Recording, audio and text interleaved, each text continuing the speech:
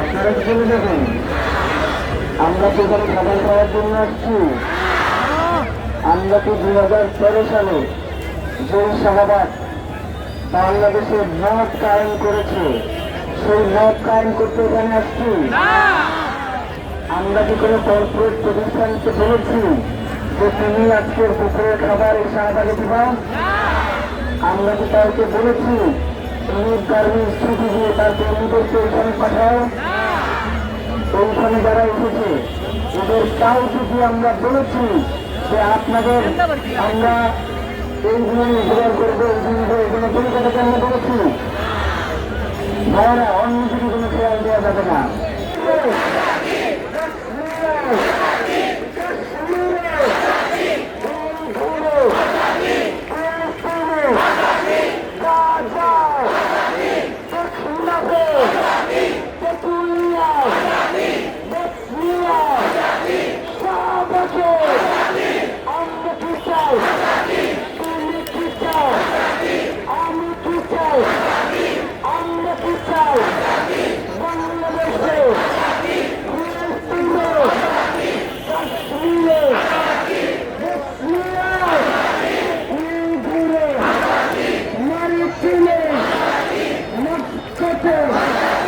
Don't